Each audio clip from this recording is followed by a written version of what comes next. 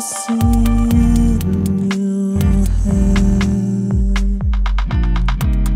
you'll escape, changing what you need to make sense of it. That's what's Hello, all of you amazing people, and welcome again to another episode of Figurisms. I am your host, Grant Trimble, and in this show, I talk to creatives, such as models, photographers, painters, etc., that utilize nudity in their work. The whole purpose of this is to try and understand with greater depth the message, meaning, and choices behind the people traveling this path, as well as foster a greater comprehension of the use of nudity in the arts. These topics personally interest me as I myself am a photographer that falls into this category, but the motivations behind why people are drawn to this can be very wide-ranging. They usually begin at a deeply personal level, but can also give rise to bigger statements meant to address the public as a whole. My hope is to alleviate some of the stigmas surrounding this endeavor, as well as try and add some context to the greater cultural dialogue regarding sexuality. In this episode, I have the pleasure of talking to the Norwegian model and creative, Ingvild. There are many things that make this conversation interesting, but one of the things that stood out to me pretty quickly is that Ingvild started her modeling career 10 years ago when she was 38 years old.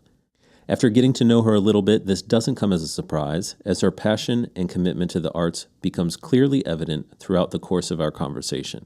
By the end of our talk, we touch on many other topics that include her role in the movie business, her affinity for weird, crazy, emotional, and scary things, her diorama work, being in a supportive relationship, protesting shame, and more. My recommendation to get the full effect is to sit back, relax, and let what Ingvild has to say sink in. When people ask you what you do, how do you answer them? If they ask me what I do for a living, I tell them about my work, which is to be a costume designer for movies and films. I mean, if they ask about the modeling, then I explain to them what it is I'm doing, which is, well, that's a long, that's a long story. We're going to get into that. It sort of depends who's asking.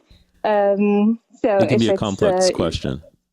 Yeah, it could be sort of, but it's becoming easier now that I've been doing it for so many years. So it's also easier for me to see it as an art project and something to be proud of, and not something to kind of do in the shadows and try to hide from people, which I did the first years of your modeling. The modeling. And as far as the costume design, how long have you been doing that? Oh, I've been doing it since I was 25 or something. 24, I started getting into movies and working. Well, I did design school at first, and then I got into the movie business and started out as a production assistant and all sorts of things to get into it. And then I started getting work as a costume assistant and set costumer, and then I started doing design for movies, and that's what I'm doing right now, but as a freelancer. So that's how I support myself, and I'm able to have quite a bit of spare time that I can travel whenever I feel the need to it. It sounds like really fascinating work. Personally, that would be something that I would even enjoy doing, but do you enjoy being in that business? Is that something that you find rewarding?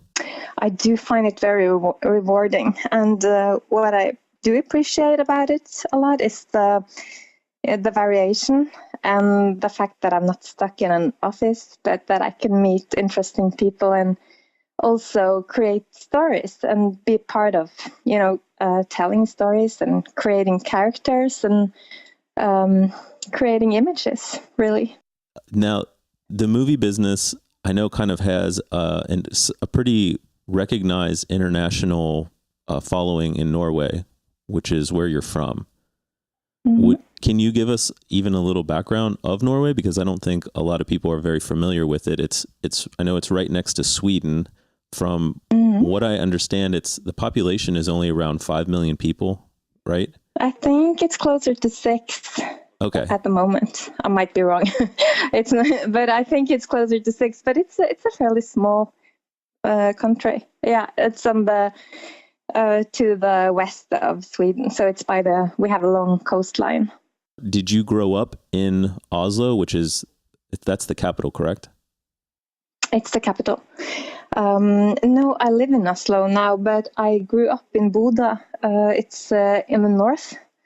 Pretty far north of the Arctic Circle. So I grew up in the part of Norway which is dark in the winter, like day and night dark, and sunlight day and night in the summer. So that's a pretty special place to grow up. It's by the coast. How big is the city that you grew up in? It's a medium size city. So does everybody kind of know everyone? More or less, yes. But it's like a small town. Kind of where my mind is going with this is that recently you posted a picture on your Instagram from when you were 16, talking about how you wanted to be a model, and you talked your parents into going, I don't know if you were going to Oslo for vacation, and you got to eventually, I think you said a year later, meet Eileen Ford, which for people who don't know, is one of the founders for the Ford Modeling Agency, which is one of the biggest modeling agencies in the world. Can you tell us about that and kind of why you wanted to get into that, especially if, you said you're kind of from somewhat of a smaller city, and can you tell us a little bit about that story? Yes. Well, living up north, there was a lot of time to fantasize and dream about the big things I wanted to do when I grew up. And I was, I really wanted to try to become a model for some reason. I didn't know if I had the looks or anything, but I was certainly dreaming about it. And I was, it was in the summer. We were going to my grandparents who lived in the southern part of Norway. And then from there, it wasn't that long a ride to go to Oslo. It was like 5 hours or something. And I had contacted this model agency.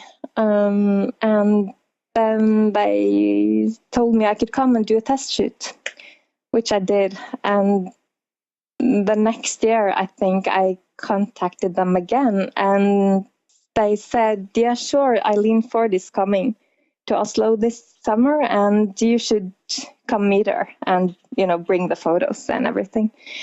And so I did. I met with her. There were a lot of girls who were tall and blonde and everything you needed to be. And I don't know, I sort of felt I didn't really fit in, and I got to say hello to Eileen Ford, and she was squeezing my cheekbones and my chin a little bit, and she said that she didn't talk to me. She looked at her assistants or the other model people, and she said, oh no, it's her bone structure. And then that was it. So I think she felt that, she wanted my face to be different or smaller or something. But she realized there was nothing to do because my bones were shaped like this. So I couldn't lose weight or anything. So I was lost case. It was no chance. You're 16 years old. When you have someone sit there poking and prodding you, and who's someone that I'm sure you respected their opinion, for various reasons, but did that just kind of destroy your world?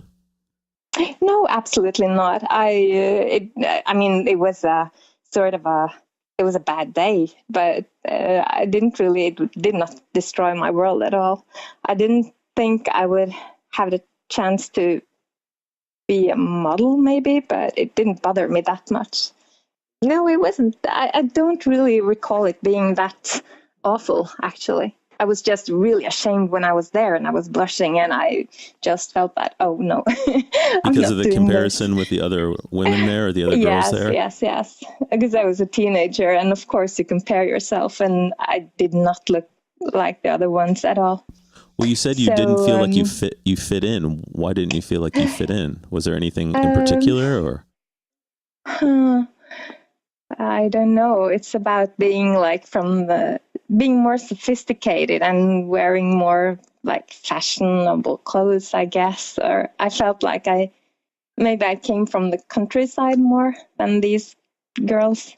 But, you're just like super insecure when you're that age. So probably, they were just as insecure as me. But at least they seemed to be much more confident.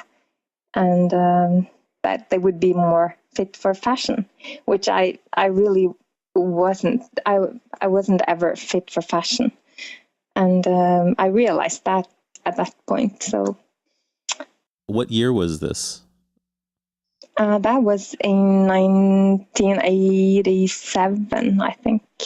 And then you mentioned in your Instagram post that it kind of propelled you into this world of art modeling, or I don't know about if propelled is the right word, but it kind of opened this world up to art modeling. At what point did that happen? So being 16, at what point did you start doing the art modeling?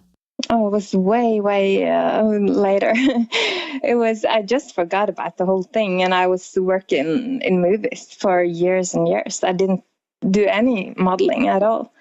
And then it was just by coincidence, like in 10 years ago, when I just bumped into it again. And I was a totally different person in many ways.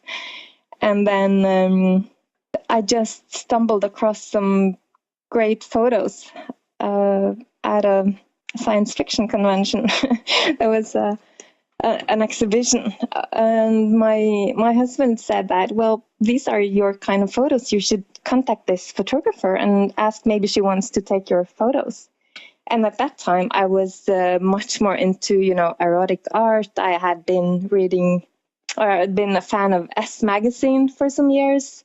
And I was also trying to do like an erotic comic book.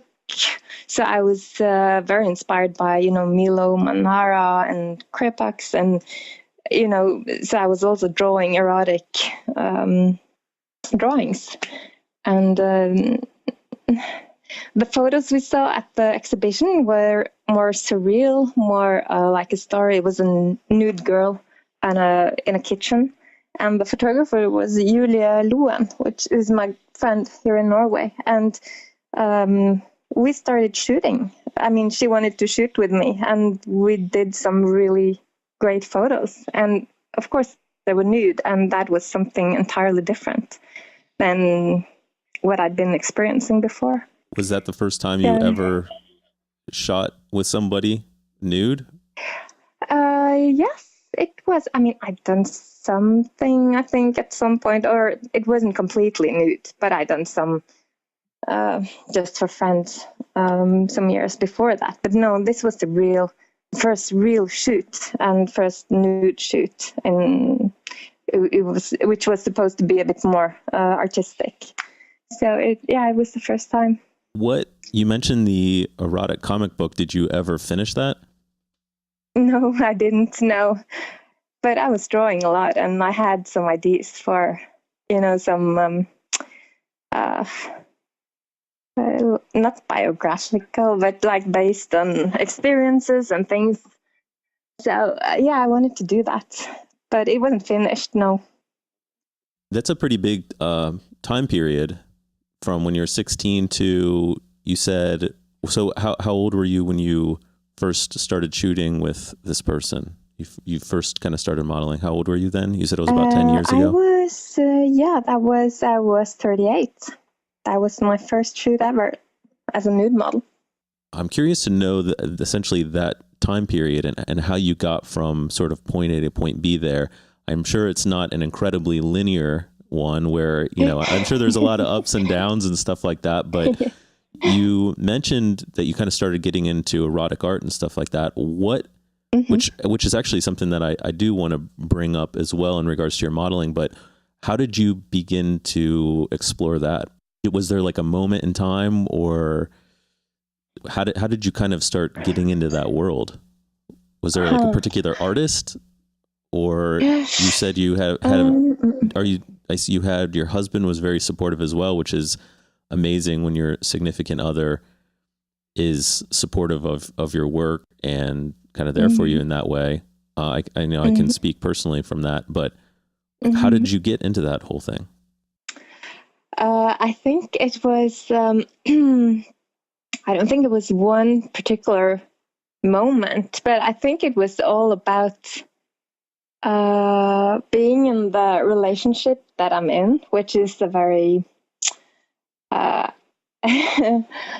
there's an openness for many things. And my husband collects comic books and movies, and we've always been talking about a lot of things and, exploring things. And he also encouraged me to take up drawing again, which I hadn't been doing for many years. And I think it's about also growing up more and being more adventurous and curious about new things. And I was buying fashion magazines, and then I started buying the S magazine. It's a Danish magazine, which influenced me a lot. And my husband also works in a bookstore, which sells really great art books.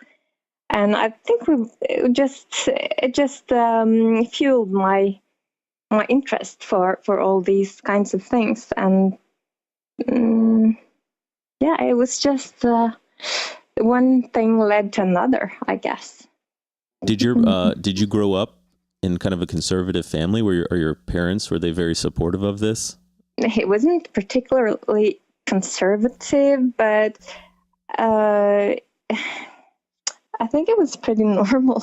I think my parents let me and my brothers be very creative. I mean, we always created things and had things going, but the nudity and the erotic part of me and all of that, that has nothing to do with my family. That's just my thing. Yeah. So no, they don't know so much about all of the kind of modeling. I know they know that I'm modeling and that I'm traveling around, but they of course they haven't seen all my photos or anything. And how many siblings do you have? I have two brothers, one younger and one older. Okay, so right in the middle then.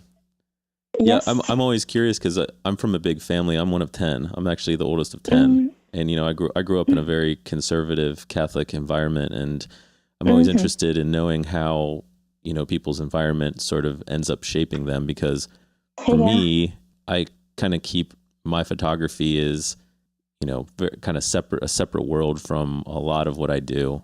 And, they know that I do photography, but it's nothing that I actually kind of bring up to them or anything like that. So maybe something similar in your case, but yes, I know that Europeans tend to be kind of a little bit more open as far as nudity is concerned. I didn't know if maybe you grew up in a household where that was even just sort of part of the culture. Because I know in some more northern European countries, they do like the saunas and stuff like that. Is that in Norway? I don't want to. No, that's more a Finnish thing for Finland. No, it wasn't like that we were more open, like regarding nudity or anything. No. Yeah, you just kind of ventured into it. I think I was always curious. I remember when I was keeping a diary since I was 7 for many years, and then in one of my diaries from when I was 12, I think I have a list of all the things I want to become when I grow up, and one of them it's like movie star, pop singer, model, designer, a veterinarian, sex symbol. So I don't know where that came from, but it was somewhere there.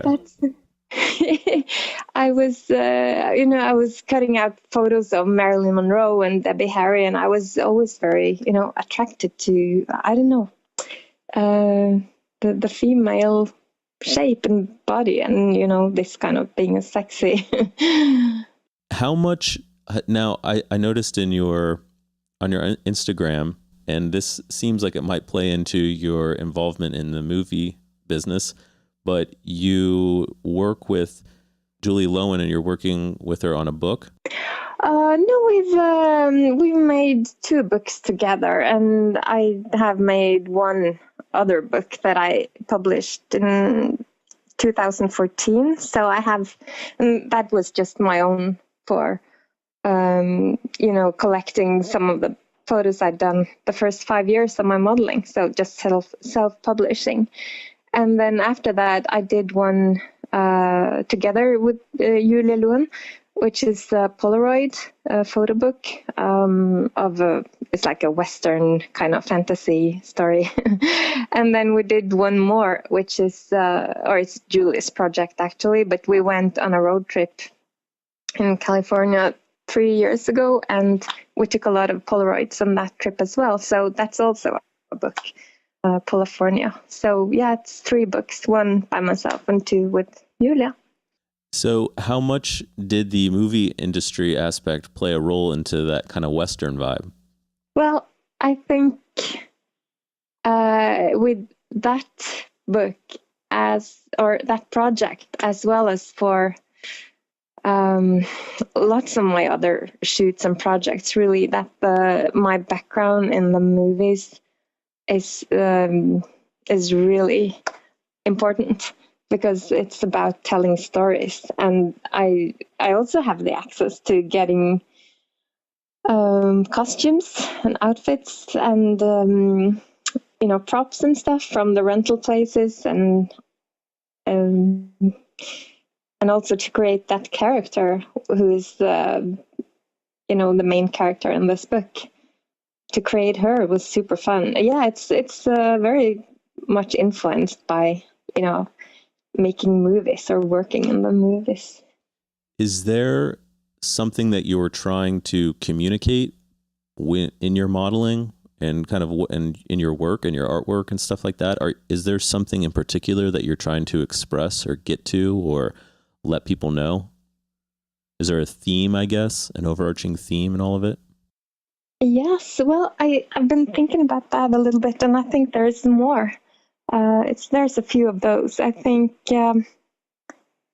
now that I've been doing it for a while, I think to communicate that it's possible to be more than one thing. I mean, I don't know if you've seen all my work, but I've done quite a lot of different themed shoots, but that it's possible to have a job, a career, and be a pretty normal person, and also to be able to go all the way to do crazy thing, artistic things, sexy things, or to express yourself in many different ways, and that it's possible to be a lot of different things. I think it's really fun for me to explore different sides of myself, and to to communicate some.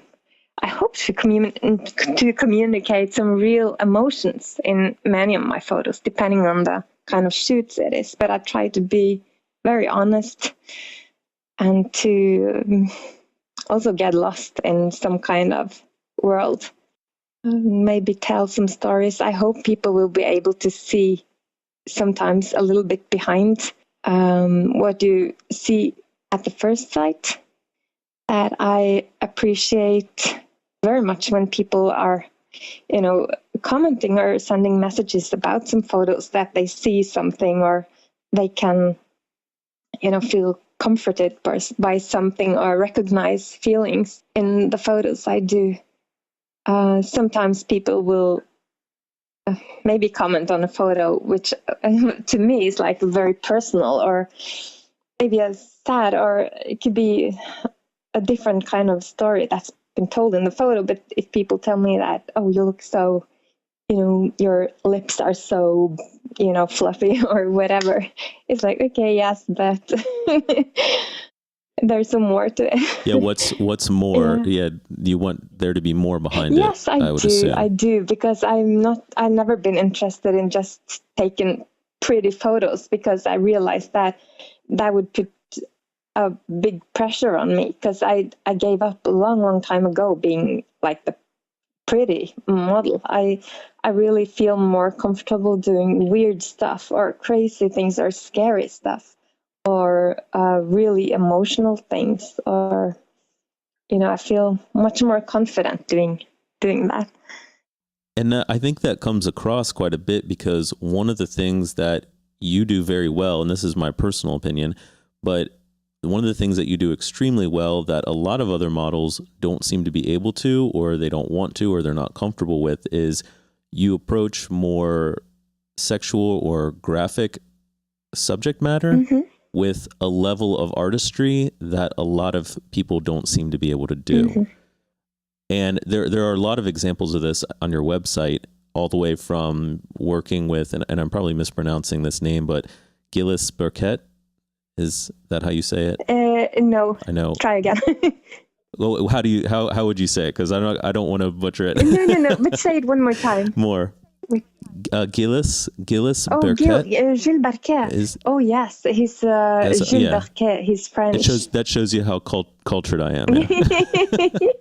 Yeah. No, pardon my French. Yeah, Gilles Burkett. Yeah, exactly. Pardon my French. That doesn't exist. But you, all the way from him to S19, I noticed there was like a logo on some of the photos. Yeah. So they're kind of more. Some of them are kind of more graphic or erotic or sexual. But you always seem to be able to maintain a level of artistry that a lot of people, I guess, like I said, it's not necessarily that they can't maybe, or whether they don't want to, but you always seem to have a sensibility of being an artist within that. How do you do that? Is that something conscious, or?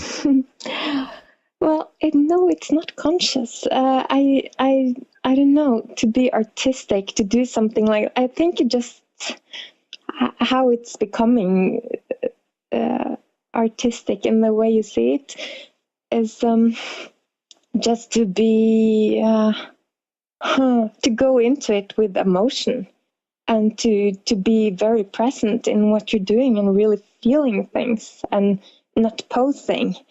But I like it when the photographers push me, and they want all the real things that you could be places that is at first feels uncomfortable, or like you're shy to go there, or like, ooh, this is too much. But if you push yourself over that border and you just give everything, I think it's about intensity, really. Yeah. Can you give an example of that kind of situation? Are you able to? Well, I could take the example of the Gilles Burkett shoot, which is one of my favorite photos that I did. Is with there's a thorn branch or something, and I've got it like between my legs and holding it, and of course it's I'm not harmed at all. It's fake blood, and it's wrapped some piece of fabric around the the most important parts and everything. But to kind of to imagine how it would feel to be hurt by that thing, and to kind of make love to it, even if it's a painful thing, or you just have to put yourself, or I put myself in some kind of mood. And then, yeah, that's one example. But there could be other things when you're just going to express, like with the S19 project, or Sunday, Stein's his real name, is very good at doing the erotic photography, and he just wants the real, the real emotions. Like you have to go so far and just imagine everything possible to be able to give the raw sexuality. And I think it's about giving something that I would like to see this, to see some real things, and try to find that in yourself. I know the photo you're talking about with the vine, and that's an incredibly intense photo, but I think there are a lot of models who probably wouldn't kind of venture into that. But yeah, you can tell there's a real presence that you have there. Have you always been that comfortable, or is that something that you've built? I think, That's a good question, because when I started doing the erotic photography, it was always very easy for me. It wasn't. I mean, of course, it depends on the photographer, and if you feel comfortable with the photographer. And I have been always choosing super carefully, because this is just my art project. It's never been a job, so I just choose people I have a very good connection or good chemistry with. So I know I'll be able to, be as free as I want to be. But yeah, I think as an erotic model, I've always been able to do that. But I haven't, I mean, if you asked me if I was like that when I was 18, I absolutely wasn't. I was afraid of many things. But to get into the nude art modeling, you get to know yourself very well and explore things, and it gives confidence. So it's very liberating. Do you remember when there was a shift? Because you said you weren't like that when you were younger, and then as you got older and kind of you had the drive or desire to kind of get involved in this, do you remember if there or when there was a change in that? And I can give an example from myself, and I might have brought this up before to Rory, but I remember, for example, my wife and I, we met when we were freshmen in college, and we pretty much started shooting right away. And I had always been very influenced by the works of like Helmut Newton and Alfred Stieglitz was something even that my parents had a book of when I was younger, and his work was always very inspiring. And I always wanted to explore that world of nude photography, and I had a little bit before I was 18, but it was really when I met my wife that we just kind of dove into that world, and she's always kind of been my model.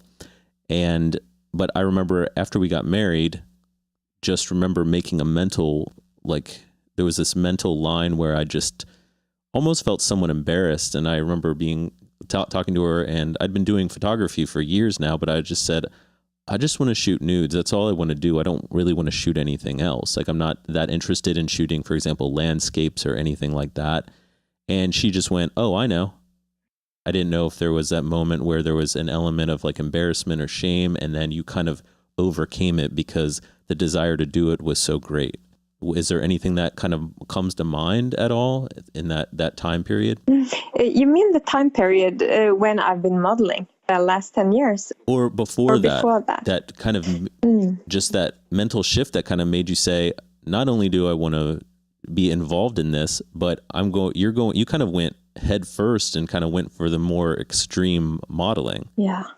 You know what I mean? I mean, that's maybe not the best word, but your commitment to it, you just kind of dove right in head first. Because it does take a lot of confidence to do the work that you do, and a lot of commitment and vulnerability too. You know, you're putting yourself out there in a way that a lot of people can misinterpret and can even judge you. And I'm sort of curious as to that change that happened, and what is it that's just drawing you towards that? Yeah, what could have happened?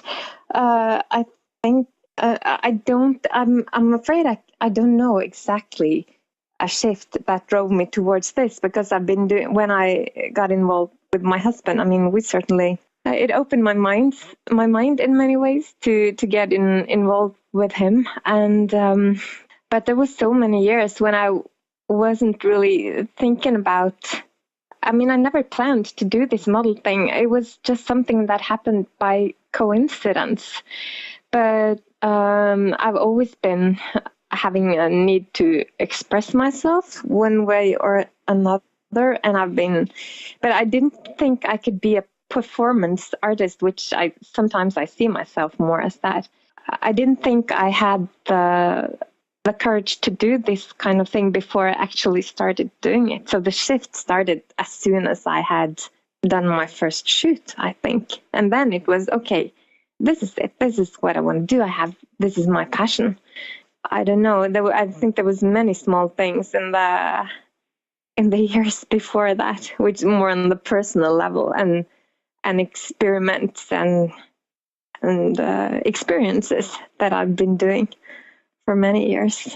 But I didn't think I would be a model. I think I could do more, maybe to write a blog, like an erotic blog, to draw, and to maybe make cartoons, erotic cartoons, and writing erotic books under a fake name or something. So I wanted to express this kind of side of me, some more erotic. It was a side of you that wanted to come out. Yes. And then when I got into modeling, the first shoot, I knew, okay, this is the way. This is how to do it. And this is where this is my playground now. So, I didn't think that, but it just came pretty quickly to me, because after I did the first shoot, I got my profile on Model Mayhem, and then the snowball really started rolling very quickly, because I got attention, and I just remember the first time I put the photo out there, it was such a kick. I was like, oh my God, 5 people saw this and they clicked like on it. It was such a thrill, and it was absolutely addictive. And then I added some more photos, and I had people from England and France and other places writing to me, wanting to shoot with me. And I thought, oh, but I'm not a model. But I certainly want to go to England. You are now. Yeah, I still feel like I'm, fake it till you make it. I know that feeling, yeah. But it was just, it just opened a totally new world to me. And then I just wanted to do that. I was completely obsessed. Just wanted to try everything. I found photographers that were, amazing, who could live, in America or somewhere. And I would write to them and think, oh, I wonder if they will answer me. And then they said, yeah, sure, you can come and shoot. And then, everything was possible all of a sudden. So, that was a super big shift. So what did that look like when you shifted into the modeling world? You started traveling. What did that time period look like? So what was kind of the first place that you went, and some of the first people that you worked with? Mm-hmm. The first places I went, I started going to London, and I shot with a wonderful photographer. He's called Eroticalia on Model Mayhem. We went to some amazing locations. We explored things. We went to Brighton and Tetbury. We're driving around and trying to break into an old mental asylum, and we were caught by guards, and it was all super exciting. And we were really into the same kind of, we liked the same kind of photos, we liked the same kind of photographers. So it was very inspiring to get to know this particular guy. And then I found some other people in London to work with as well. So that, and then some people came to Norway as well, a French photographer. Then I shot with a few people here in Norway. We went to a mental asylum called Dikemark. So that was also, an exciting part of it all, to get access to some interesting buildings and to get dirty and, just explore. And also Eroticalia, he came to Norway because he really wanted to shoot in the snow. And he came in the part of winter, which was the coldest in a long, long time. And he really wanted to shoot in the snow. So. And you went out in it naked. Yeah. Of course we did. That's essentially what that means for you.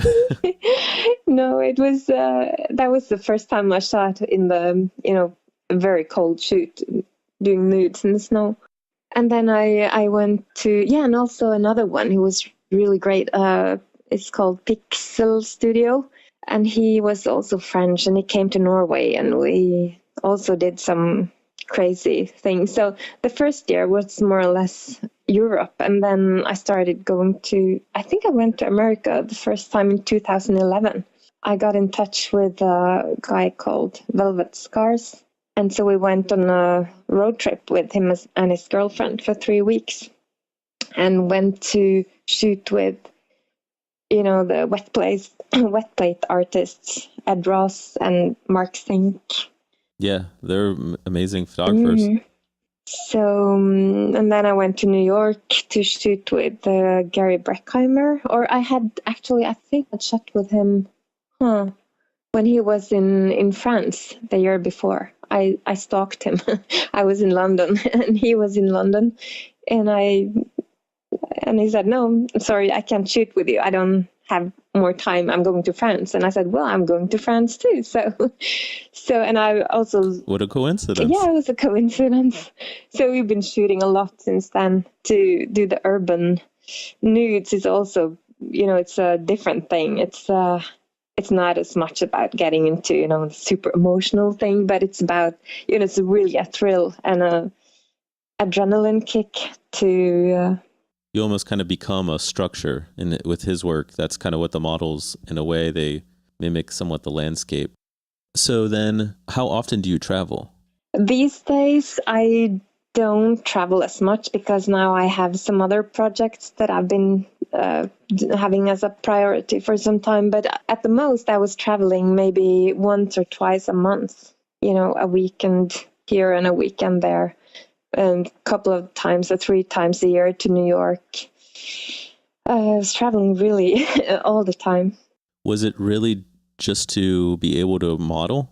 Yeah. I mean, obviously there's the enjoyment of traveling as well, but did you kind of meld those two things together on purpose, or? Well, yes, sort of. I guess it's a combination, because I did want it to shoot and to model. And in order to do that, I needed to travel, because there you have to go to other countries to find the most interesting people. I would spend time on the internet to find, I would come across great photographers and I would write to them and would plan a shoot. And it became like really a big addiction for me. It was really, it still is, but I just like slowed down a little bit.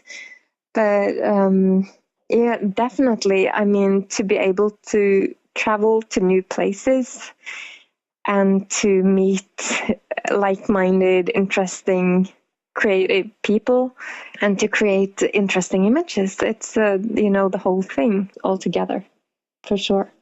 So do you travel a lot for your job? Now that after I started modeling, I also started turning down the movie projects or the film projects that would, that were shooting abroad, because I didn't want to stay away all the time. So I wanted to just, work on commercials and short-term projects in Norway, and then, save money and then go somewhere to shoot.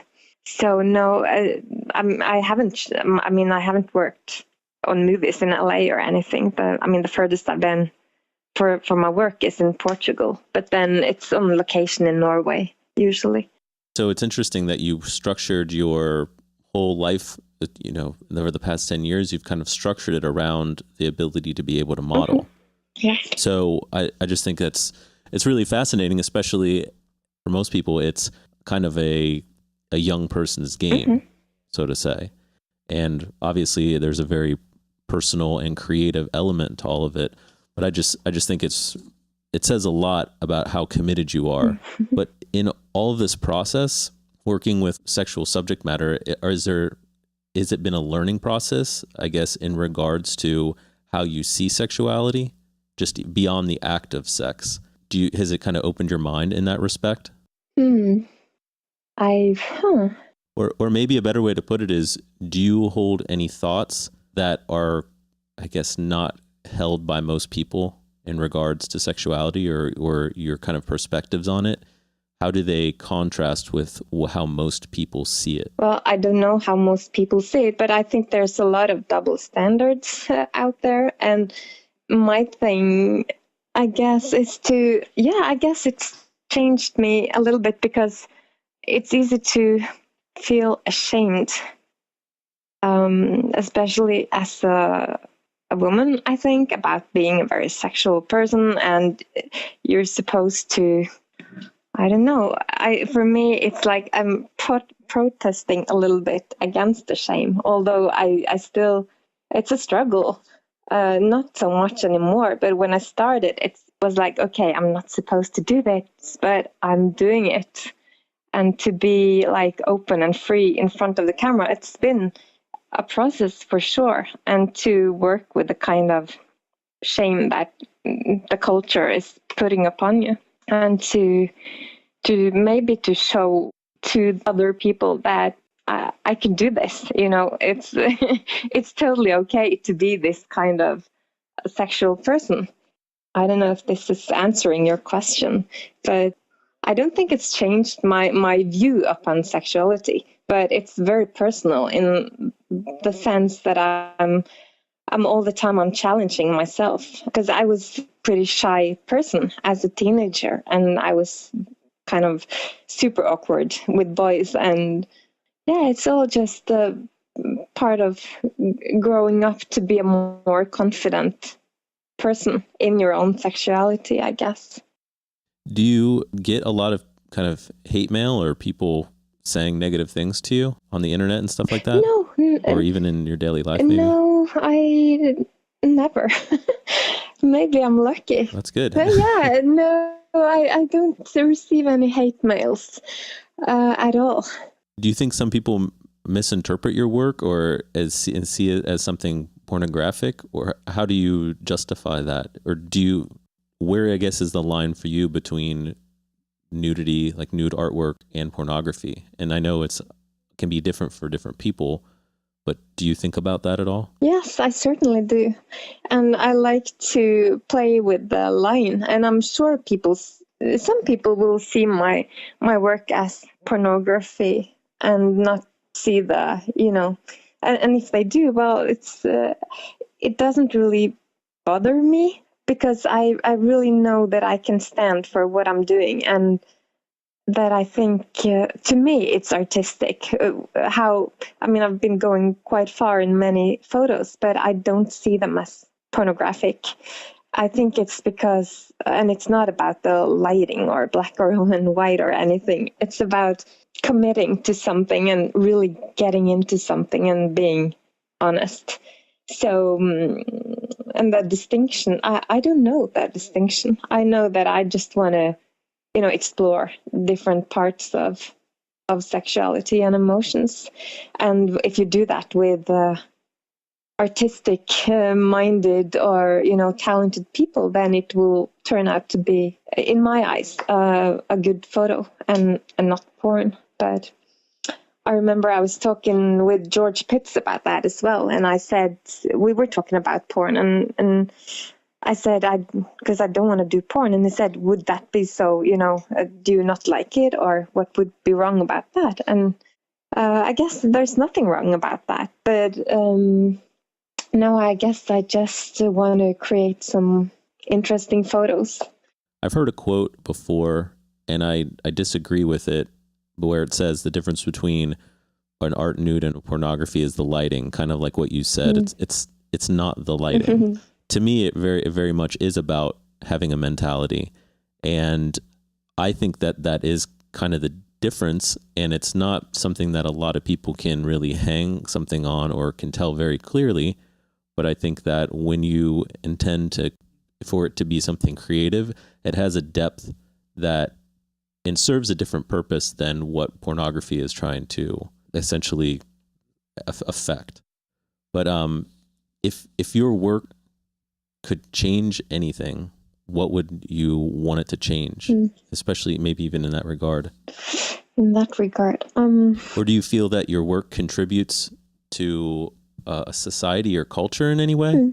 Maybe just, in these days when it's a lot of double standards and some parts of the world are getting more conservative than ever, and you have the people are afraid of the nudity and the nipples and everything. I think it's more important than ever just to create art and to be, whatever you want to be. And also to, just to be open. Nudity is, it's totally natural, and sexuality is natural. And if it could just make people feel, liberated or can be free in what they are, that's that would be a good thing. And I think it's interesting because I published this book a few years ago, and it's been interesting because you asked me if I get any hate mail. No, I don't, but I have had lots of girls who really love the more explicit and the more daring things. And I think that's awesome. It was a little bit different than what I expected. But I really, I feel that makes me feel really happy. I don't know why, but I think it's cool for girls to see that other girls are free and open and confident in their bodies. Have you ever seen yourself, because you mentioned when you were younger, kind of wanting to be a sex symbol. Have you ever thought of yourself as a symbol in your own right, in that here you are kind of defying a lot of what culture deems to be acceptable? Like you said, there's kind of the shaming and stuff surrounding nudity, and you've very much committed to this world of modeling and nude modeling. And on top of it, you're also older than what most people would the culture would say as even being acceptable. Do you see yourself as kind of a trailblazer in that respect, and kind of in a role model? Yes. I mean, I don't see myself as that, but it would be cool if I were, because I don't want to do things that is normal. I always do things in the wrong.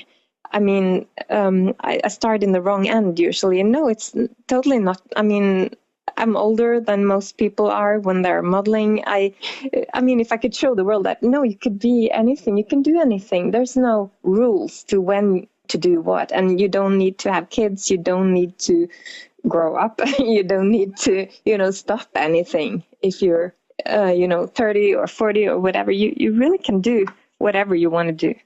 So, yeah, I think that's at least is my philosophy. And if I could be a role model in that's really awesome. Well, I think you're a role model in it, if that means anything. Yeah, well, thanks. No, I think it's very inspiring, and I think that it makes a statement as well. It is made for an audience, so to say. And I include my work in this as well. I know it's not necessarily going to bring world peace or something like that, but at the same time, sexuality is something that is a part of our everyday lives. So I think it is important that people see it in a more dimensional way, and they see the depth, and they see that it's not just something that is reserved or something that is shameful or bad and just kind of reserved for the world of the bedroom, so to say. I think by pulling these things out in the open and being able to look at them, we can have a more healthy understanding and essentially even gain maybe even a confidence in ourselves, much kind of like the process of your modeling. Like you said, you were more shy, and you've probably become someone that you didn't maybe even know that you could have been. Absolutely. Yeah, the last 10 years, they have been the most important in my life because of all the experiences and all the, creative things I've been able, and the collaborations with really wonderful people. So it's meant everything. What are some of the biggest changes, I guess, in that respect that you see in yourself?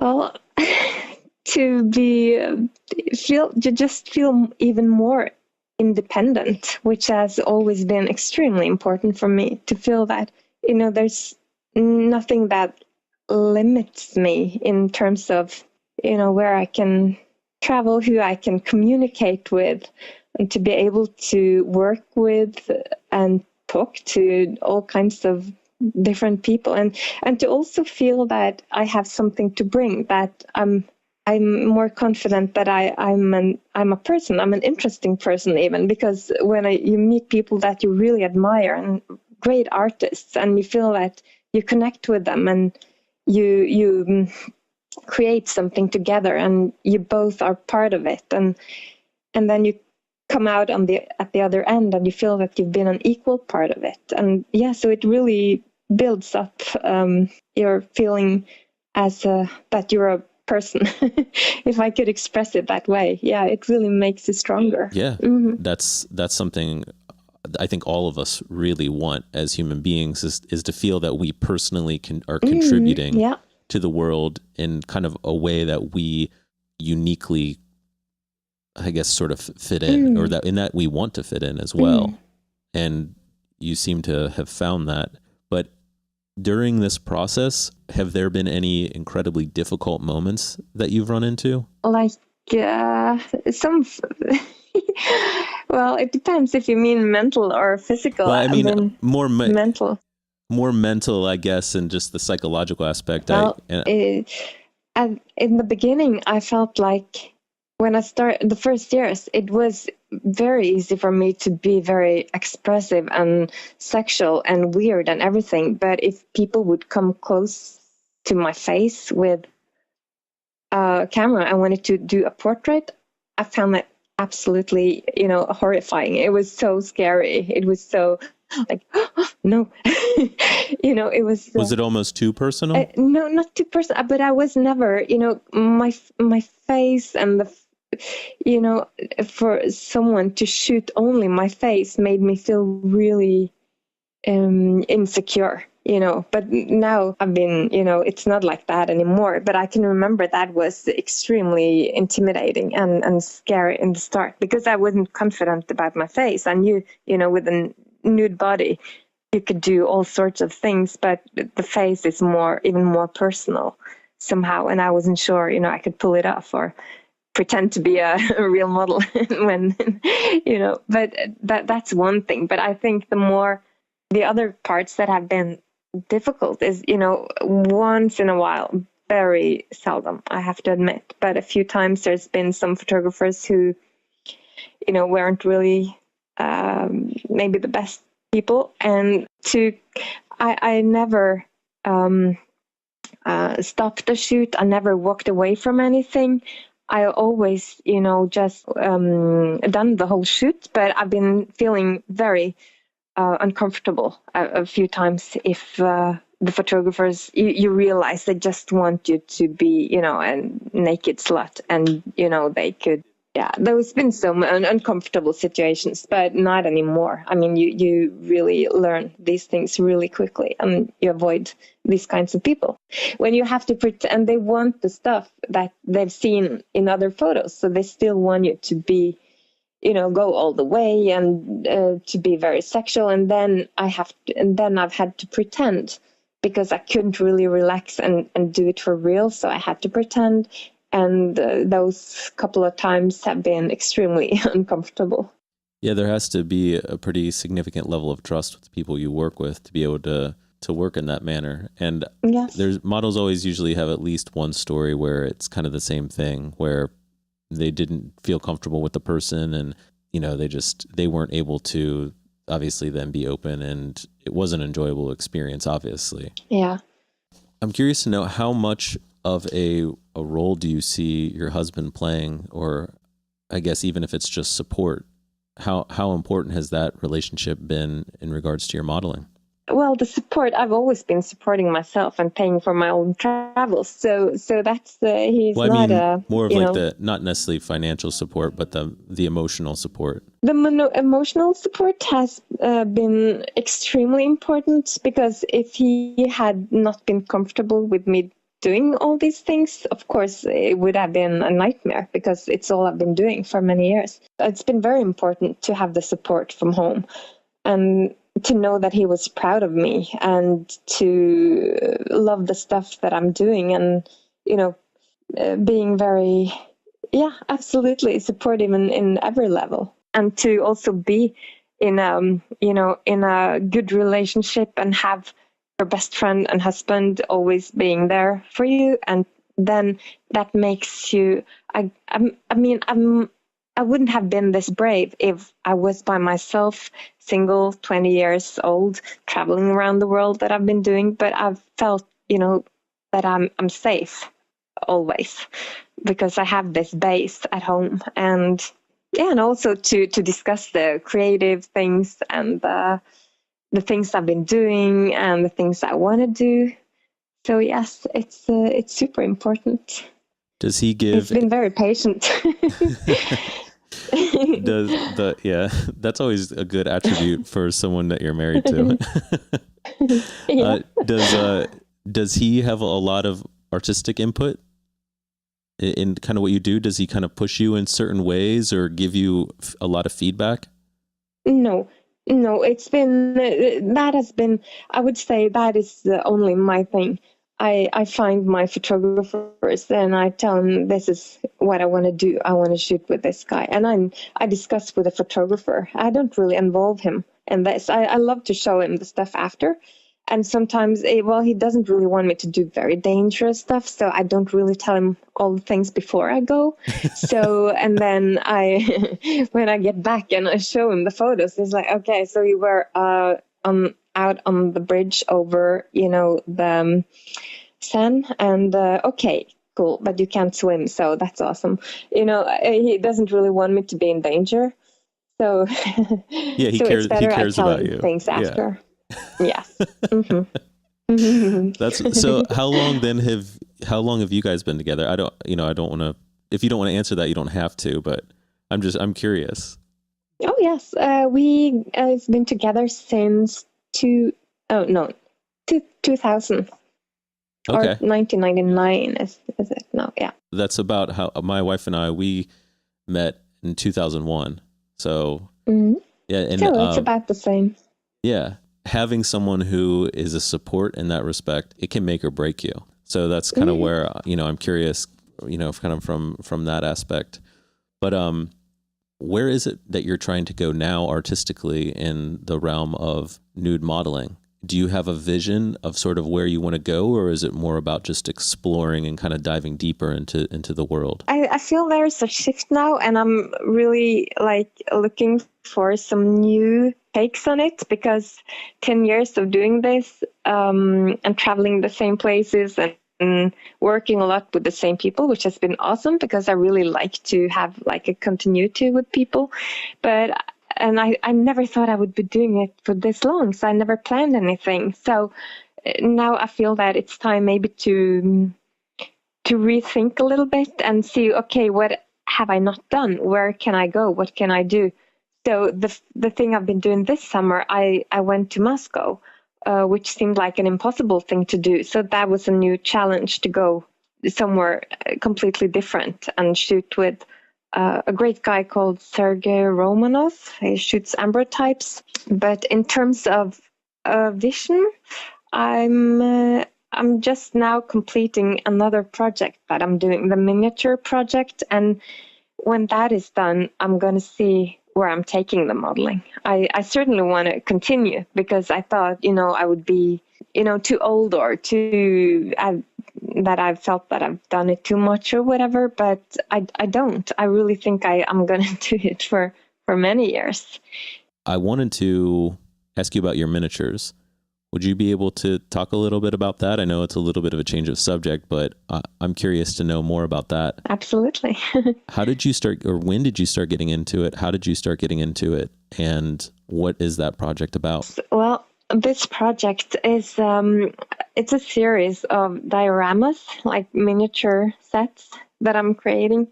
And I got the idea in 2011 when I was in San Francisco.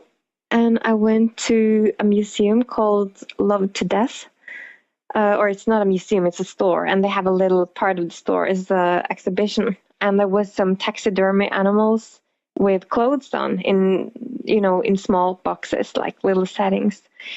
And I thought, then I got the idea. I mean, the guys I was traveling with, Velvet Scars and his girlfriend, I was talking to them in the car after. I said, I really want to do something like that. And then the idea started spinning a little bit around this. And I thought when I got back to Norway that maybe I need to start learning taxidermy and finding animals and make this, because I've always been attracted to these kinds of things. I mean, the little scary, cute animals, since I grew up with Beatrice Potter, a British, she was drawing and making stories. Yeah, I in the late, have some of those books. Yeah.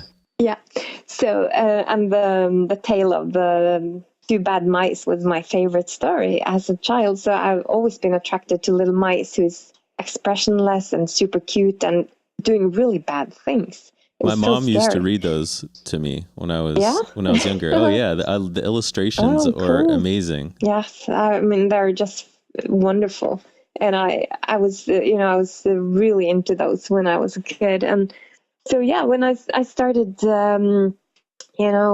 figuring things out a little, and I thought, no, I'm really not gonna like to do the taxidermy part, so I started buying some Fimo, some polymer clay, and started creating little mice, some bigger ones. So I made like fabric bodies for them, and I thought, no, it's going to be too big. And then I, started creating some smaller ones. I found a nice wooden box, and it was very, just a little bit at a time. It wasn't really going to be a project. I thought maybe I could do one box, with little mice doing a Ouija board. I went to London and I found this little round table and some chairs and a fireplace, and I, started seeing how I can make this into a room.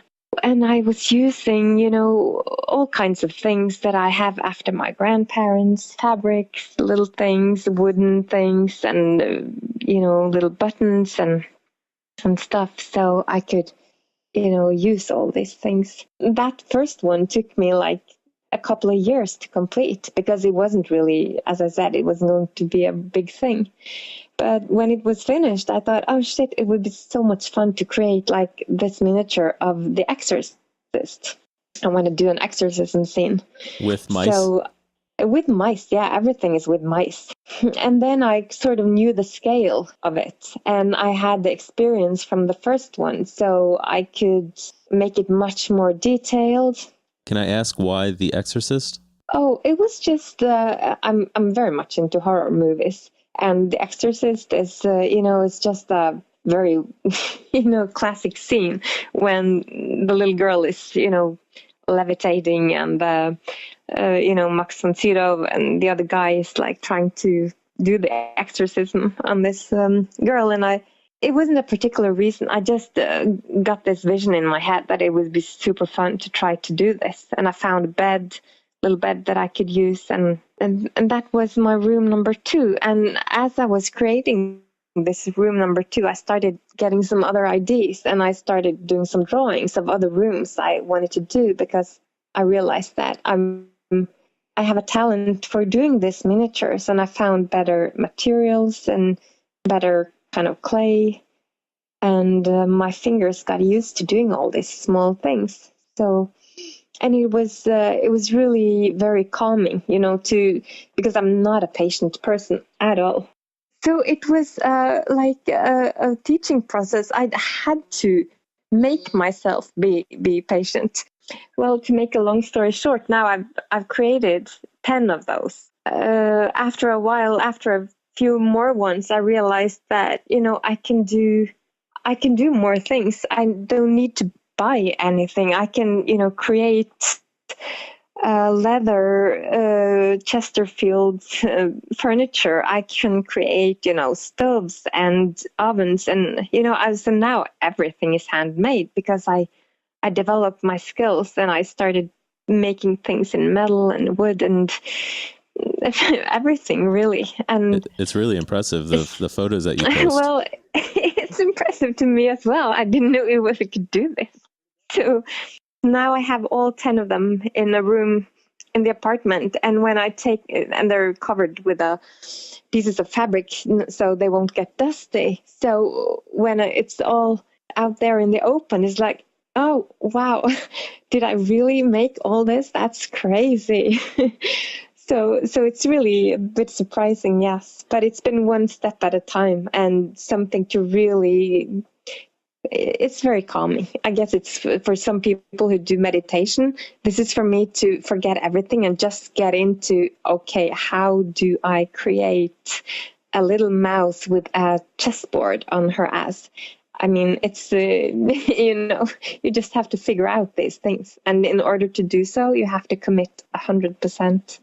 I love that you have a positive reaction to that creation process, because usually when I make something, I'm always like, oh, it's garbage. Yeah. So Well, that's a good thing. That's a good thing. I'm happy to hear that. well, I've been making things that have been absolutely shitty, and then I know it's shitty. I know it doesn't work, and then sometimes I show my husband and say, "Okay, so I created this," and it's like, "Okay, it's too big." It's, I knew it. Okay, so I'm doing it again. So I know when things are wrong, but I'm just hoping, that when putting so much work into it that, maybe it works. But no, I've certainly been doing things over again. But everything's a learning process. It's amazing that intuition that you create over the years of making stuff, and, especially, like you said, all the years that you've been involved in art. But yeah, you build that kind of intuition where you just know when something's off. But so you mentioned horror films though, and personally, I hate horror films. What is it about horror films that you love? Well, it's very, it's comforting. It makes me feel good to watch these things. I mean, maybe it's confronting you with the fear of, the scary stuff in life and death and everything. But to me, it really makes me happy. Gives me, I don't know why. I don't have a very, clever explanation, but it's. What are some of your favorites? I always loved the genre. Well, the absolutely first one I saw when I was way too young. I was, I guess, 13 or something. I wasn't allowed to see it, but it's Don't Look Now, the Nicholas Roeg movie with Donald Sutherland and Julie Christie. Mm-hmm. And then I think also on my top list would be Fire Walk with Me, Twin Peaks Fire Walk with Me, the movie. Yeah. It's also very, very good. So, and then I really like The Changeling, which is one of the best ghost stories. So there's a lot, but those would be my three favorites, I think. Is there a particular theme then in that work, or is it just kind of in the dioramas? Yes, in the dioramas. They're all set, in my mind, they're set in the late 1800s, maybe 1900, but I think 1890. And it's taking place in London, although one of the sets is in Paris, apparently, because it's a Frederic Fontenoy set. It's a photographer in Paris. So I made this little diorama, which is an homage to his work. It's a little bit an outtake from the other ones because it's more of an erotic, kinky theme, whereas the others are more... there's a ghost, there will be a demon, there's exorcism, there's spiritism, ectoplasm, even, a crazy, insane woman who's been taken away to the asylum. You have this maid who is putting poison into a cup of tea. You have murder. So there's absolutely a dark theme in all of them, like Victorian kind of darkness. And also the spirit photography that's taken place in one of them. So I'm very much inspired by this era. And there's this post-mortem scene. It's a little dead mouse in a casket, because I'm really fascinated by the post-mortem photography from this era. So it's just, I'm choosing themes. It's everything I love is put into this dioramas. It's my dream. I would love to see these things when I was little, and I love to see them as a grown-up as well. But maybe they can become, maybe you can make a movie with them, almost like a claymation movie. Yes, I do have some plans. I'm creating a website this fall that I hope to be able to launch by the end of the year. And I only have one diorama left to do before I can, I have a few photographers who want to shoot this set, so I can, put some great images in the website. And I'm going to do some little GIFs at least, but maybe, it could be fun to do some animations as well. We'll see. Do you feel that this diorama work influences your modeling at all? I think everything you do creatively is influencing the others. I think doing one thing and then going back to the other thing. So yeah, at the moment I'm very obsessed with this mice and everything, and creating these little sets. But I don't know if it influences what I want to do or how I'm doing the modeling. I don't know, but it certainly fulfills a lot of my my need to express myself. So when I do a lot of these dioramas, I have less a need to go and do the modeling. So for me, it's about finding outlets and to express different sides. Do you know why you feel you need to express yourself? Or do you know when that began? Or even maybe what in particular is it?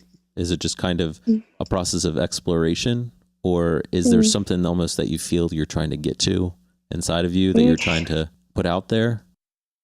I don't think there's that as much as just being. I'm curious, and I'm a curious person, and it just really brings me a lot of happiness to create. I mean, that's when I feel the most happy.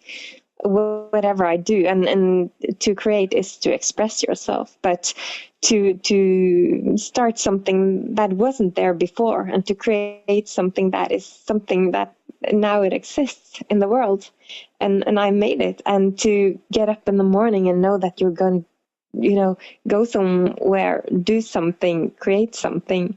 It's just, I don't know. I guess I need to do it because it keeps me happy. It keeps depressions away. It keeps my mind alive, I guess. So, no, it's just something I need to do. I can't not do it. I have to do something creative. Yeah, if you don't do it almost, then you aren't living in a way. Like that's how I feel personally.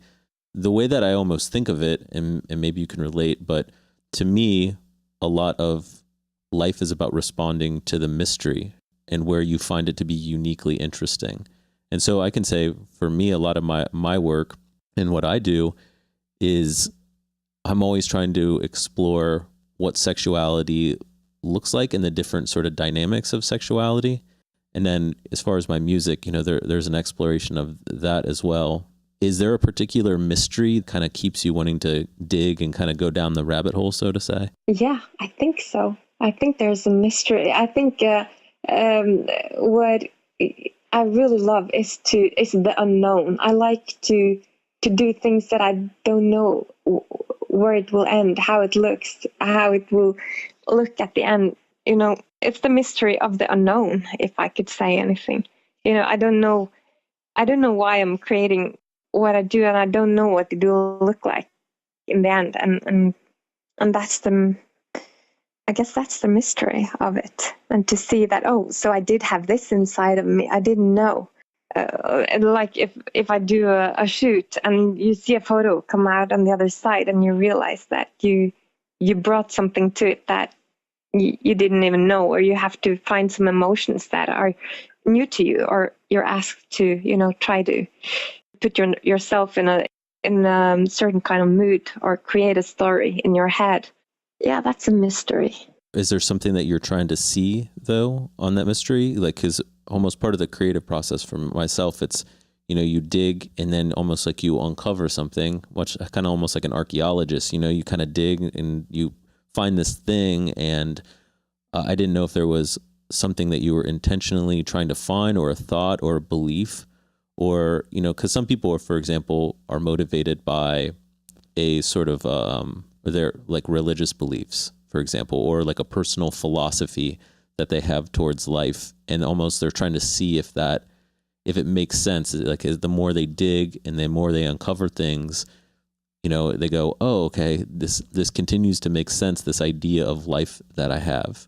I guess, is there a general life philosophy that you have, or are you religious in any way? Is there kind of a way that you see the world that you're trying to almost figure out? I'm not religious. I'm an atheist, so I'm not. So that's not part of it. I don't really have a philosophy that way. No, it's just, for me, it's very.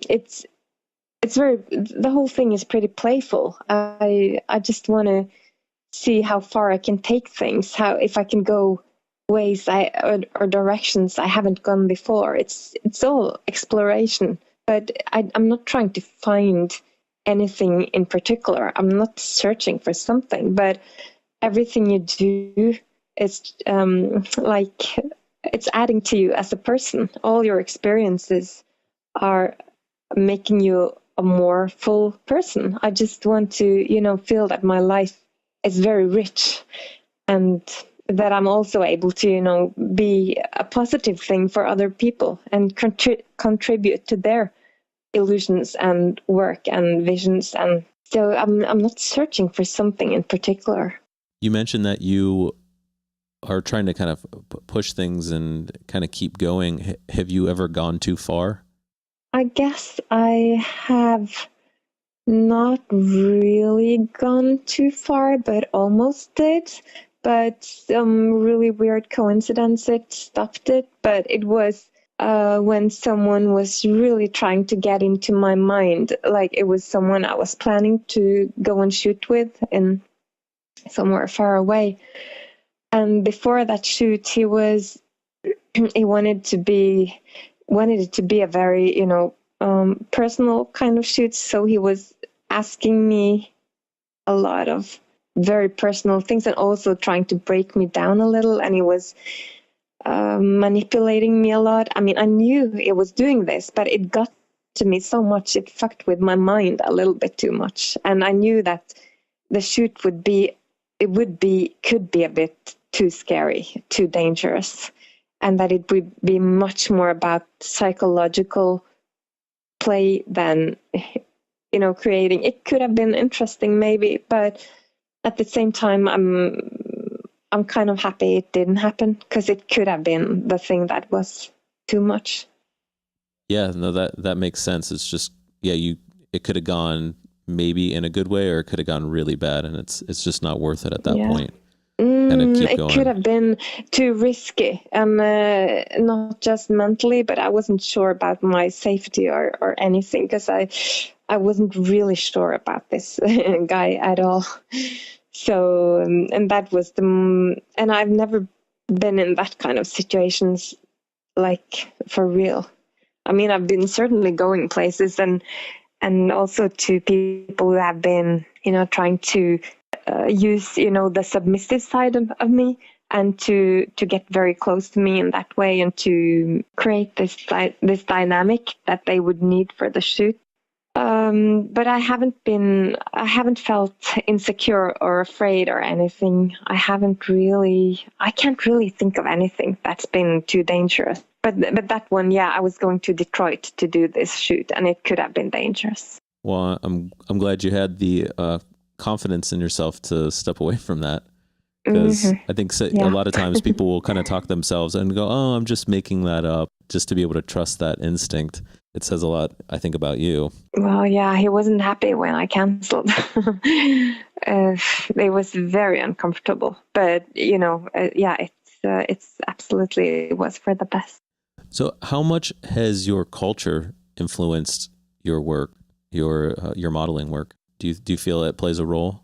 Yes, I do, to some extent. I mean, sometimes I play against it, because I come from a small town in Norway. I'm far away from everything. And I've been, all the different kinds of shoots. I tried to play different parts. I mean, to play different roles and try to explore different sides of myself that has nothing to do with my culture at all. And sometimes I feel that my culture is very much part of me, especially when I shoot maybe perhaps in the forest or in nature that I'm very connected to.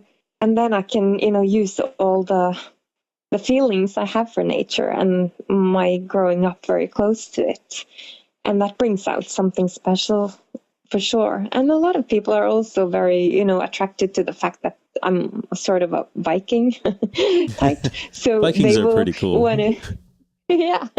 So I mean, a lot of people want to do that and do, Viking themed stuff, and coming to Norway to shoot, in the forest. And I've been bringing Viking clothes from the costume rental place, and I've really loved getting into these parts as well. Although I don't really feel that, it's a big part of me, because it's a long time since we were Vikings. But at the same time, I really love that other people love it, and that people from other countries are so much into it. So it's been really fun to play with those themes as well. Yeah, it's a pretty fascinating world, that and the mythology and everything surrounding it. It's mystical element, like the Viking element. So I could see why people would want to play with that. But the thing that I think a lot about, and I kind of expressed it a little bit before, but to me, there's this part of sexuality that exists, and nudity is part of it. And most people equate nudity and sex to kind of be the same thing. Through this journey of nude modeling, what has been some of the biggest distinctions for you, or ways that it's kind of opened up sort of another world of sexuality that is separate from sex, so to say? This kind of concept is something that's very important to me, that nudity could exist separate from sex.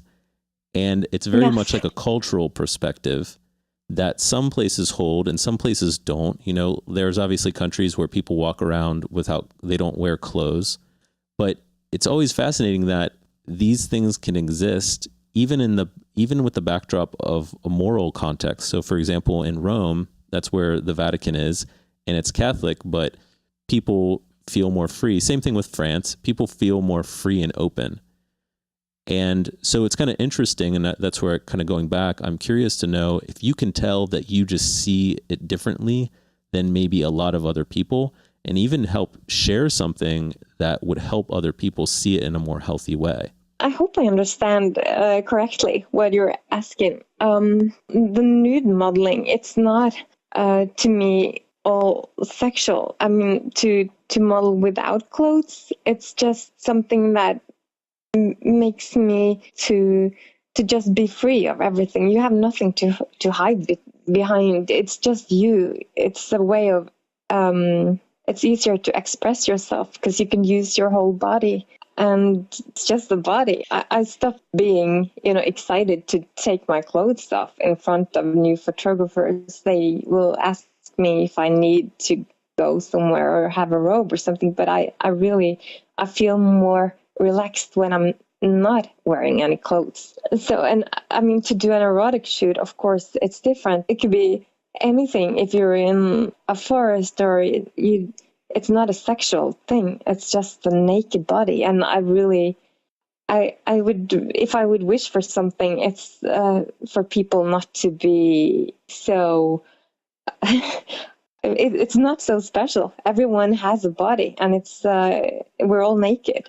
Yeah, I still don't know if I'm answering correctly. Oh yeah, because I agree with you. I have my own personal opinions, and I'm curious though, the people who are involved in doing this kind of work, they have, I think, a very unique perspective. People who work with nudity, especially models, when you're the subject matter and you're putting yourself in that vulnerable situation, you have a very unique outlook on all of this that I think a lot of people could benefit from, because it allows you to play with these subject matters that are very deeply human. Sexuality is part of the majority of people's lives in one way or another, even if it's the absence of it. But these are just as much a part of our life, sexuality is, as death is. And so I think these sort of themes in these just fundamental human aspects are, to me, incredibly fascinating, and something that I always try and understand more of. And I'm always curious, just the people who are in this world, how they see it, and how they see it maybe differently, and how it can even help other people. Mm-hmm. I really wish it wouldn't be such a big deal, if you know what I mean, because I wish it would be really easy to just tell people that, I've taken my clothes off in front of the camera, and it's the most natural thing in the world. And I wish it wouldn't be such a big deal to be naked and to use your body as a tool or an instrument, or a way of expressing yourself. And was it always that way though? Was it, because I mean, for me, like, I've been a model, or I guess I should say been on the other end of the camera, I've with friends or something like that, and it kind of it's, when you first do it, it's a little uncomfortable. It's difficult. It's that there's a psychological hurdle you kind of need to get over, for myself anyway, and that's where I see the most people I work with, especially who are new to nude modeling. Did you have that at all? No. No, I didn't. No, I That's was so awesome. happy to I'm take my glad. clothes off. Yeah, that's good. Is it? But why do you think that is? Because I don't think I really know of very many people that would say that. I think, well, actually, my wife was kind of like that. She said, even remember growing up, she tells stories where when she was younger, she would play this game where she would take her clothes off. And, she's probably like 11 or 12 or somewhere around there. People were home, but she would go down and see basically if she could go down the steps to the first floor without getting caught. And then she'd run upstairs and, no one would see her or anything like that. But to her, it was this kind of game that she had fun with. Is there like a similar element to you? Because I think, like I said, most people, there's an insecurity in taking their clothes off. And I myself is included, and I have to kind of push myself to do it. But it is a liberating thing. Why do you think that you maybe have that or don't have that, I guess, element of shame around it? I think it's something I made myself get over when I got to be a grown up, because I don't really remember as a kid that I was, I would certainly not do the stuff that your wife did. But when I was always running around when I was little with my older cousins and, everyone, but it's different when you get to be a teenager, then you get very insecure. I had eating disorders. I was super unhappy with my body. I felt uncomfortable. Everything was very, very difficult up until I was, 22 or something. And then things started changing a little bit, when you get into different kinds of relationships and you get to explore things. And it took a few years, but I think especially when to be an insecure person, and then to realize that when you're taking your clothes off with someone, that makes you feel less insecure, because then there's just you. And I think that's part of it. But of course, to model is something different. But no, as a grown-up, I've always been comfortable. Since my early 20s, I was always comfortable taking my clothes off, especially when I got over my eating disorders and I kind of got more stable. What was the, and you don't have to answer this if you don't want, but you mentioned your eating disorder. How long did it take for you to overcome that? And what was it that you realized about yourself that allowed you to overcome that? Well, it was, they lasted for a long time.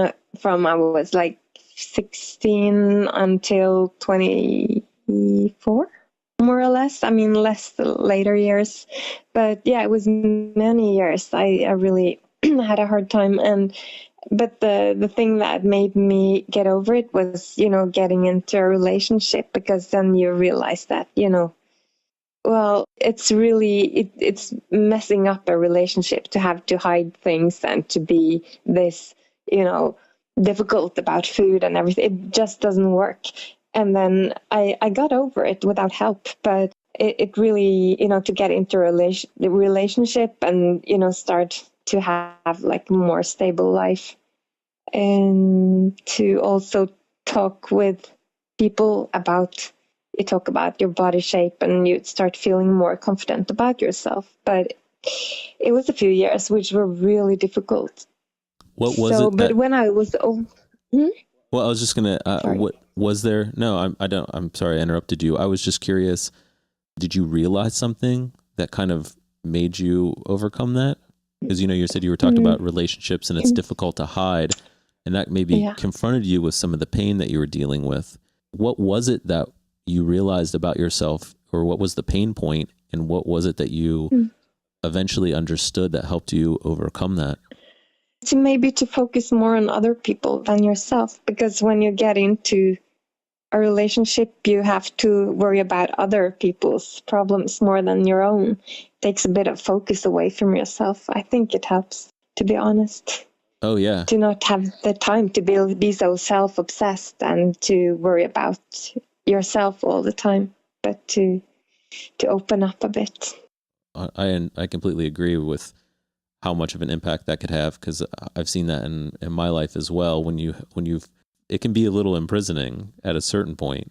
But you know, so you said you were able to overcome this eating disorder, and as you did that, is that when you really kind of started seeing your, I guess, like you said, your comfort with nudity? That's kind of when it really just kind of opened up.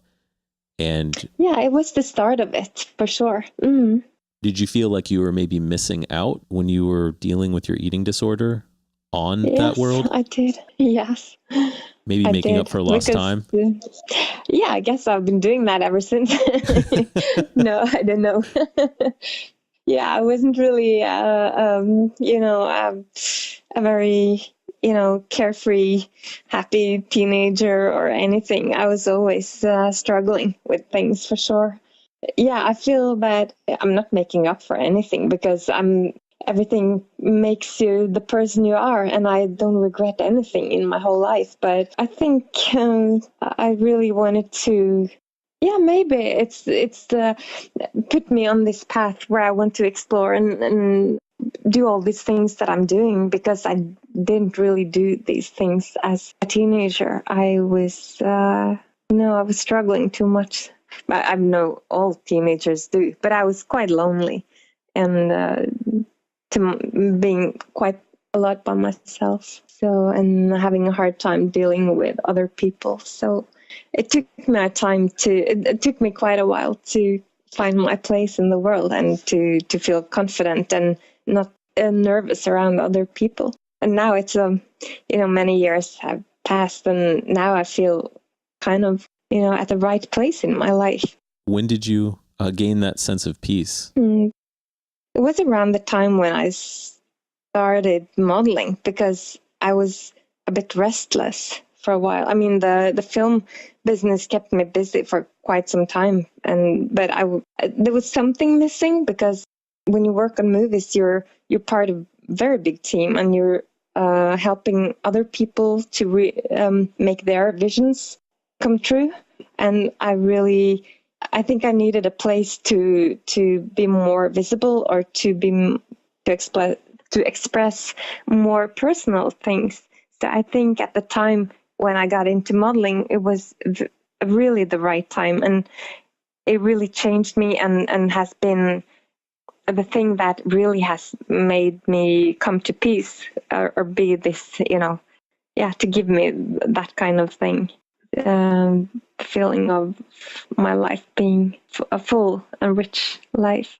Even just to hear that story, to me, is encouraging. I think it is to others as well. And I know that we're coming up here on your time. I don't want to take too much of your time here, but I just had some real quick kind of last minute questions that I've been asking people.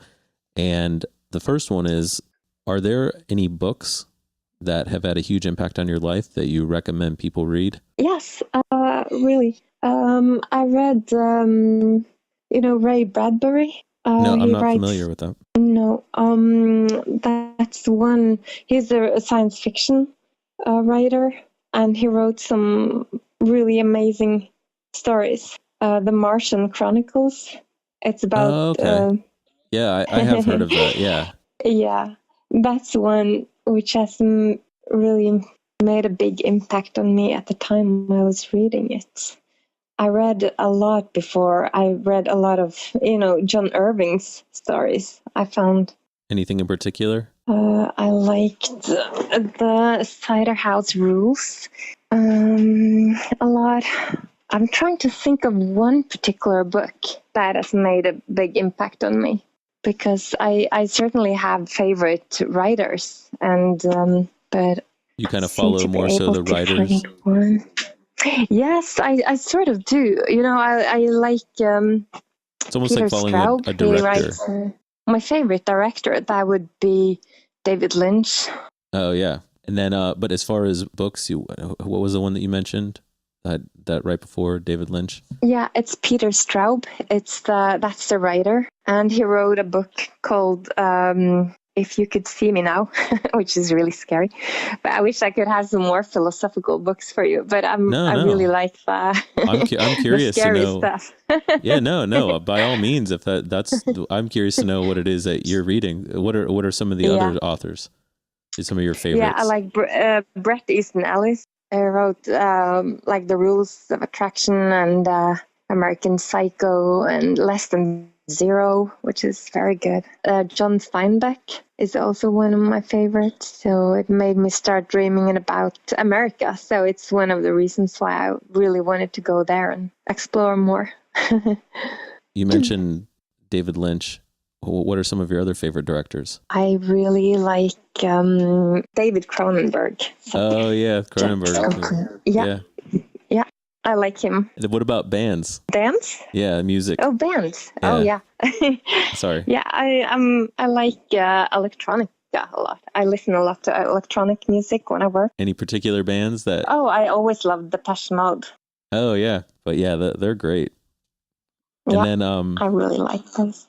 I guess one last question. I know this is kind of a little bit of a difficult question. So if it's too much, don't worry about it. But I'm just curious to know what it is that you feel you contribute positively to the world that is unique to you. I don't know if it's unique to me, but I feel that like to be present and to be always curious and to love animals and to be just really kind to other people, that you could come far, and you can do a lot of things if you're really friendly, just be a nice person. I don't think it's pretty unique, but it's if I could express that in some way, and not through my modeling necessarily, but I know a lot of people that would follow me different places on social media. They feel that, I'm a friendly person and still being able to do pretty extreme things if they know about my modeling, but just be a nice person, care about other people and animals. I think that's a great place to end. You're modeling, you're a creative, you're in the movie industry, and seem, from this conversation, you seem like a very nice and sincere and a good person. So I think that it's obviously doable, right? Yeah, you're good proof of that. So where do you want people to follow along? Yes, well, there's the Instagram, and then at the moment I have my website. You find the link to the website on my Instagram front page. Can you spell your Instagram handle for us? Yeah, it's INGVILD, and then it's EIRING, Ingvild Eiring. And then there's a link to your website on there. Yeah, on the front page, and INE, and then there's a line, and e.squarespace.com. And then I'm reopening soon my WordPress blog that I used to keep for years, but then I closed it, but I'm reopening it again. But I'll put that on the Instagram front page as well, so people will find it. Awesome. So basically follow your Instagram. That's kind of where you interact with people the most. Mm-hmm. It is. Well, thank you so much for taking the time to talk to me. I really appreciate this. It's been great meeting you, and hopefully one day we'll actually be able to actually meet in person. But I really appreciate, everything that you contributed as well as your time and all of your insight. Well, thank you so much. I'm very happy I can be part of this, and I hope to see you in person, and maybe we could create something together. Oh, absolutely. I would love it. Thank you to everyone that has listened. If you enjoyed this episode and others, I would love to hear your feedback as well as any suggestions you might have. You can contact me at grant@gtrimble.com. That's GRANT@GTRIMBLE.com, or visit my website for show notes at gtrimble.com and then click the podcast link. Don't forget to follow Ingvild on Instagram Since recording this episode, she actually started an IG specifically for her modeling. That is Ein_model. That's INE_MODEL. And there is the one she had mentioned as well, which is INGVILDEIRING, Ingvild Ering. There is also my IG as well. That's gtrimble_photo. If you enjoyed this podcast, please tell your loved ones and show your support by clicking the subscribe button and leaving a review. And don't forget to spread the word.